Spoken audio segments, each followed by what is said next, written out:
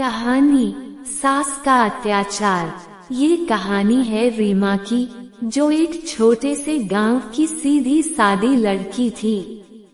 उसका विवाह पास के ही गांव में रहने वाले अर्जुन से हुआ था। अर्जुन एक साधारण किसान था और उसके परिवार में उसकी मां कमला देवी और एक छोटी बहन थी।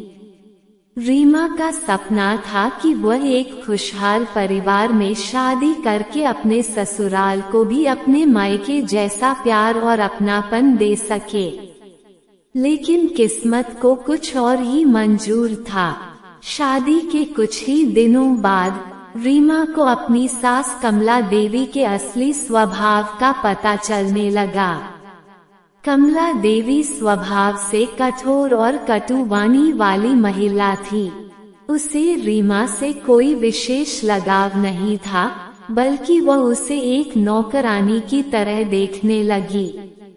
रीमा दिन रात घर के कामों में लगी रहती, खाना बनाना, बर्तन धोना, कपड़े धोना, गाय भैंसों की देखभाल करना, और फिर भी उसके काम में हमेशा कोई ना कोई कमी निकाल ली जाती।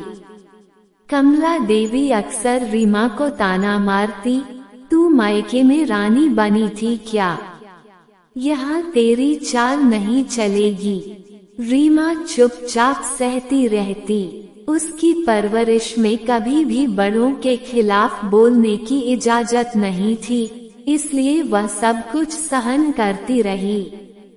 एक दिन की बात है, रीमा पानी भर रही थी और बर्तन धो रही थी।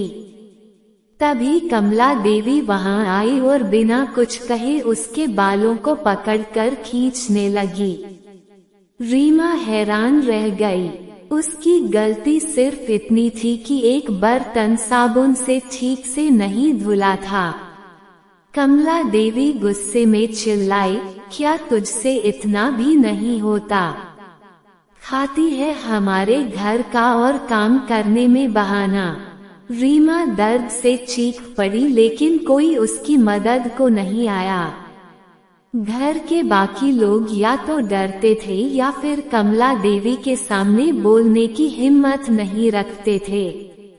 अर्जुन भी अपनी मां का पक्ष लेता था और रीमा को समझाता, मां का स्वभाव ऐसा ही है, तू थोड़ा सह लिया कर।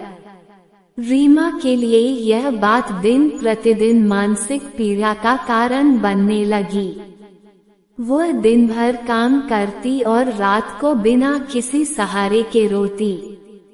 उसका आत्मविश्वास टूटने लगा। वह खुद को बेकार और असफल समझने लगी। कमला देवी का व्यवहार और ज्यादा कठोर होता जा रहा था। कभी रीमा को बिना खाए सुला देना, कभी उसे घर के बाहर खड़ा कर देना, और कभी झूठे आरोप लगाकर शर्मिंदा करना उसकी दिनचर्या बन चुकी थी।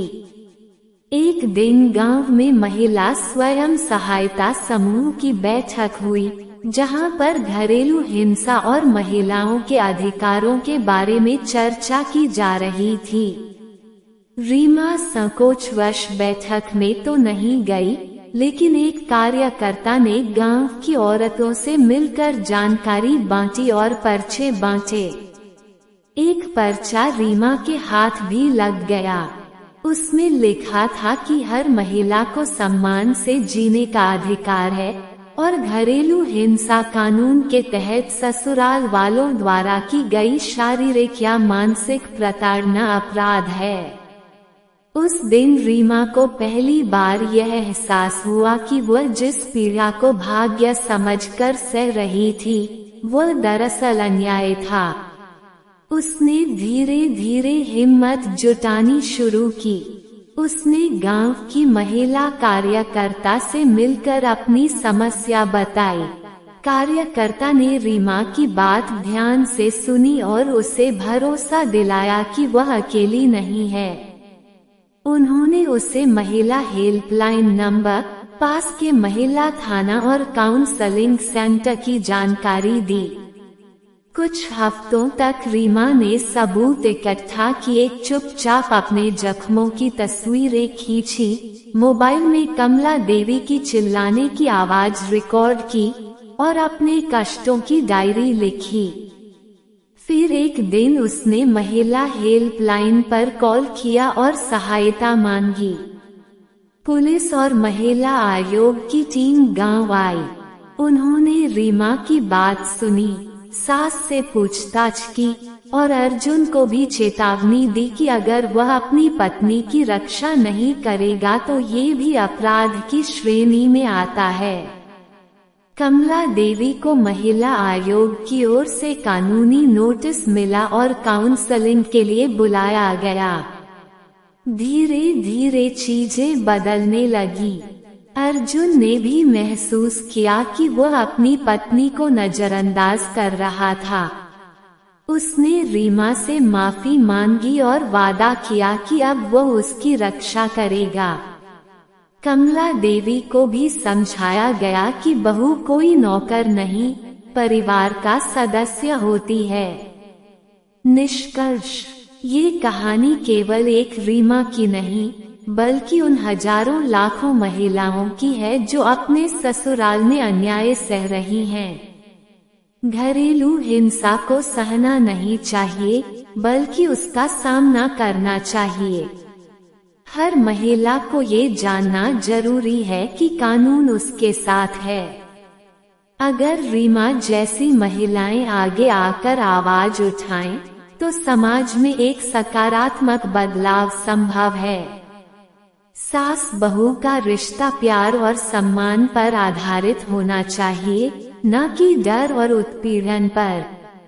बदलाव की शुरुआत चुप्पी तोड़ने से होती है, जैसे रीमा ने किया।